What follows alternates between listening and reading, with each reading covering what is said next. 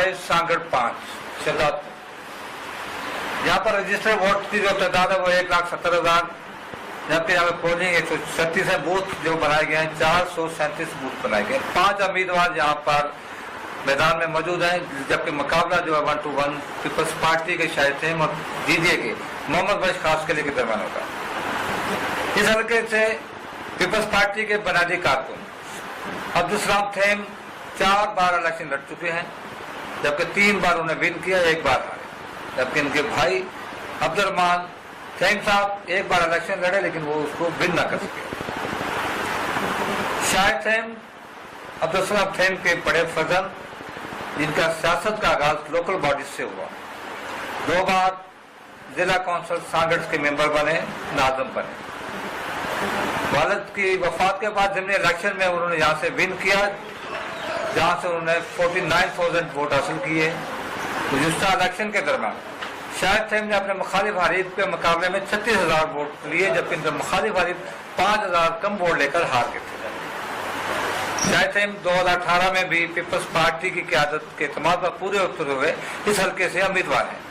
Shahid them का कहना है कि वो इस बार विन करेंगे, जिसकी बड़ी वजह जो बता रहे हैं वो कह रहे हैं इन्होंने इस हल्के में तरक्याती काम कराए हैं। पुल बनाए हैं, वाटर सप्लाई बनाई है, मॉडल टेक्निकल कॉलेज बनाया है, रोड्स नेटवर्क को कायम किया है और आवाम के बुनियादी मसले हल किए। इसी पर हम बात कर लेते हैं शाहिद थेम साहब से। शाहिद थेम साहब, इस वक्त मौजूदा सूरत कहा जा रहा है कि हवा जो तब्दील हो रही है जीडे की तरफ जा रही है, आप उसको किस तरह देख रहे हैं? कोई भी हवा तब्दील नहीं हो रही। सारी पीपल्स पार्टी के कारकुन अवाम शहजादपुर PS 45 के जो भी अवाम है वो पीपल्स पार्टी के साथ हैं। कल भी साथ थे, आज भी साथ हैं। ये जो हवा का रुख चेंज होने की बात करते हैं वो उनको मैं बताना चाहता हूँ कि ऐसी कोई भी बात नहीं है। जैसे हम लोग आप अगर मेरे साथ कभी चलें या आप कोई न्यूट्रल बंदा मेरे साथ छोड़ दें तो आप देखेंगे कि जब वो कहीं जाते हैं किसी कार्नर मीटिंग में, किसी जलसे में, किसी गांव में, वर्क में, तो उनको क्या पजीराई मिलती है और मुझे क्या पजीराई मिलती है। तो कहने का मकसद ये है कि हवा का रुख जो कह रहे हैं वो तो जो 25 जुलाई आएगी तो उस पर पता चल जाएगा कि हवा का रुख कहाँ पे है और कौन इलेक्शन में कामयाबी लेगा या पीपल्स पार्टी यहाँ से जीतेगी।